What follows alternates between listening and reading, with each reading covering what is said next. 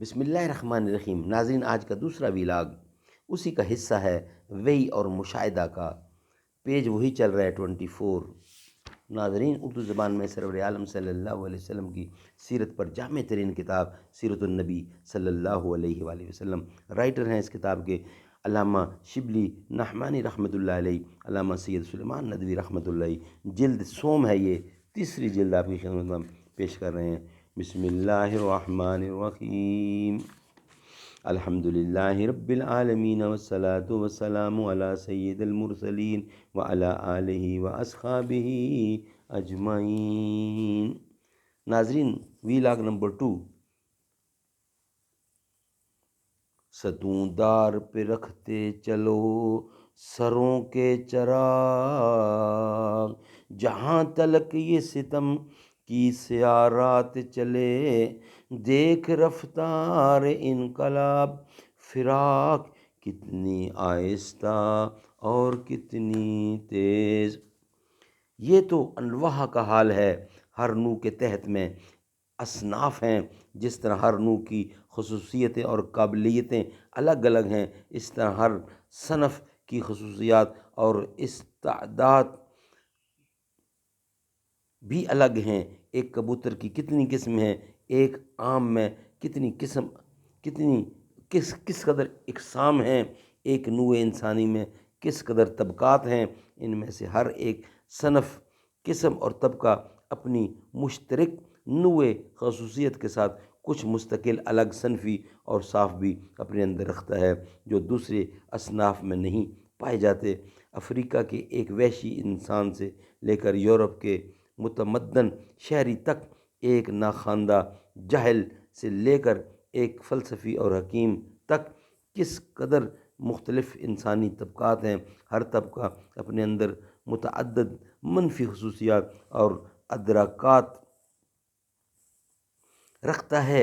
اس طرح ممکن ہے کہ معلم ازل انسانوں کے ایک اور صنف انبیاء کو علوم و معارف اور حقائق و اسرار کے وہ الہامات عطا کر دیے جن سے دیگر صنف انسانی محروم اور ناآشنا ہے۔ جو نبی کو دیا وہ کسی کو نہیں دیا۔ دنیا میں جس قدر علوم و فنون، صنع اور حرف، ایجاد و اختراعات پیدا ہو چکے ہیں، ان کا کوئی نہ کوئی بانی، موجد اور متحرے ہوگا۔ اختراع کرنے والا، پارچہ بافی اور خیاطی سے لے کر ریاضیات اور میکینکس تک جس قدر صنع اور ایجادات اور علوم و معارف ہیں، وہ کسی نہ کسی ایک ذہن کا نتیجہ ہیں۔ اسی بانی اور متحرے اول کے ذہن میں اس مسئلہ خاص یا ایجاد خاص کا خطور کیوں کر ہو گیا، اس کو تسلیم کرنا پڑے گا کہ دوسرے سے سیکھے بغیر اس کے نفس میں مسئلہ خاص اور اس ایجاد خاص کے متعلق ایک خاص قسم کی سوجھ یا فہم پیدا ہو گئی، اور اس کے ذہن میں کہیں ایسی حقیقت بے پردہ مشہود ہو گئی جو دوسروں کے لیے تمام تر مستور تھی۔ یہی الہام ہے۔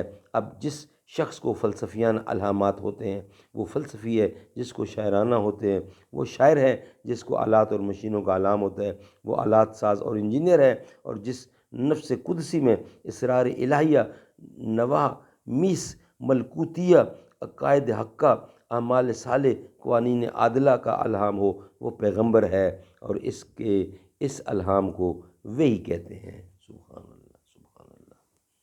انشاءاللہ اگلا حصہ ویلا نمبر 2 میں بیان کریں گے، انقطع حواس ان مادیات۔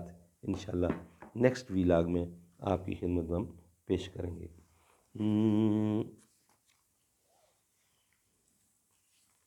نعت سرکار کی پڑھتا ہوں میں، پس اسی بات سے گھر میں میرے رحمت ہوگی۔ ایک تیرا نام وسیلہ ہے میرا، رنج و غم میں بھی اسی نام سے راحت ہوگی۔ یہ سنا ہے کہ کہ بہت گھور اندھیری ہوگی، پر قبر کا خوف نہ رکھنا اے دل، وہاں سرکار دو عالم کی زیارت ہوگی۔ اور حشر کا دن بھی عجیب دیکھنے والا ہوگا، زلف لیرا کے وہ جب آئیں گے، پھر قیامت میں بھی ایک اور قیامت ہوگی۔